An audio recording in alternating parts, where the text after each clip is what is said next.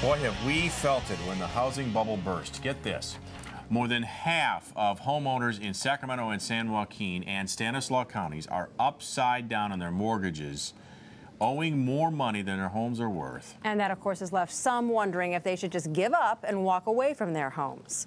Well, for the first time, Kurtis is hearing of a formula that may help you decide. And you could bet this conversation is happening in every single neighborhood in our area. People owing more than their homes are worth. What should you do? Keep paying on a bad investment or walk away and start living the new American dream? Married with a toddler and a baby on the way, Jacob and Amelia Blackwell are feeling the pressure of living in an underwater home. I don't know what we're going to do at all. Like, I don't have a clue. Owing $40,000 more than their Citrus Heights home is worth. They're facing the moral versus business decision. Should they keep making the payments or walk away? That's our main conversation. What are we going to do? If you are thinking about walking away from your house, doing a foreclosure, or doing a short sale, now is the time to do it. Financial guru Susie Orman says everyone should be looking at the value of their homes. If you have a home that is 50% underwater, 70% underwater, it will never, ever, ever come back to where you purchased it. In her book, The Money Class, The New American Dream, Orman says if you like your house and are only 10 or 20% underwater, keep making your payments. Ride out the housing crisis. But if it's worse than that? Do the calculations, everybody. How much is it costing you to actually stay in that house? How many years will it take you to pay more than what that house is currently worth? If it's 3 years, 4 years, 5 years, are you kidding me? That's a house where you really need then to say bye-bye. Say your house is worth $150,000 and your monthly mortgage, including property tax and insurance, is $2,500. You're going to pay $150,000, the current value of your house, in 5 years. In that case, she says, try to get your bank to modify your loan. If the banks will not work with you, then you need to either try to do a short sale. If they will not allow you to do a short sale, you should try to do a deed in lieu of foreclosure. If they won't let you do that, walk away. When Mary Beth and Bob Stuckey say the bank wouldn't work with them, they walked away. This house is so much fun and it feels warm. Underwater by $200,000, they left their Foothills home with a white picket fence more than a year ago to become renters. We were there on moving day. Mary Beth was still struggling with the morals of walking away. It's probably from my father, but you don't walk away when you make a commitment. 1 year later, I'm happy and I feel secure. Realizing it was a bad investment, they are now renting a bigger home. There you go.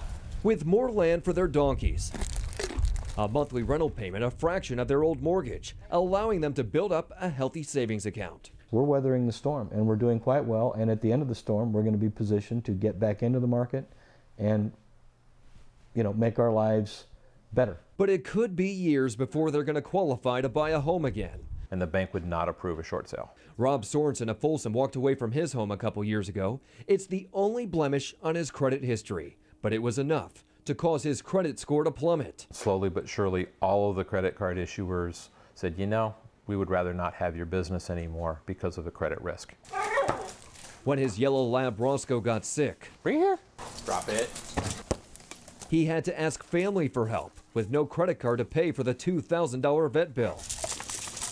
That's what I depended upon for my safety nets before. Now I don't have that safety net. He and the Stuckeys knew the risks of walking away and how they'd have to live. Cash only. If you don't have the cash for it, you don't buy it. It does have larger impact. Beth Mills with the California Bankers Association says walking away, or strategically defaulting as it's called, ultimately hurts your neighbors, bringing down their property values. And it keeps the housing market from recovering. When you signed a loan document, you made a commitment, you made a promise to pay. We hope that people will continue to honor that commitment.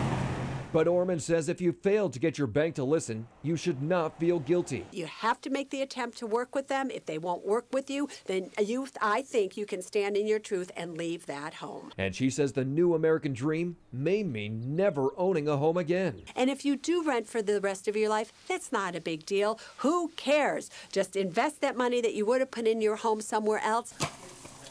The Blackwells realize any decision they make involving their home will hurt somehow. But with a baby due in September, they feel against the clock to make the right decision. So we want to be, I guess you could say, proactive on it and figure out the solution now so that in September with baby number 2, we're not as bad off at that point. Orman says it's time to erase feelings of hopelessness, to rethink your ways, moving toward the new American dream. The new American dream really is a dream that allows you to sleep at night, where you feel secure and you know what is yours can never be taken away from you again because of the actions of others. Before making any big decision, talk with a real estate or tax attorney. You got to see the potential impacts any of these options could have on you. So I'm sure some people still feel hesitant, but is there any reason for them to act right now? Well, according to Susie, it's all because of a federal tax break. You want to act now. For short sales and foreclosures, that's because this tax break is set to expire at the end of 2012. And that means come January 1st, 2013, you may have to pay taxes on any debt you walk away from. So if you're 100 grand underwater, you're going to be taxed on 100 grand. Susie says you should also start the foreclosure or sale process now because sometimes it could take months, even a year or more for them to go through. Boy, has the definition of home ownership changed in this country.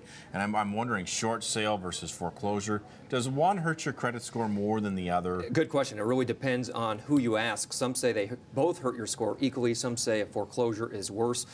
Both will stay on your credit report for 7 years, but if you short sale, some banks will be willing to lend to you sooner. Okay, well. So more like Europe, renting. Right, exactly. Yeah. Right. Yeah, well, no doubt this is controversial. So what do you think about the idea of walking away? Let me know your opinion and any questions you may have on the Call Kurtis Facebook page. Dave?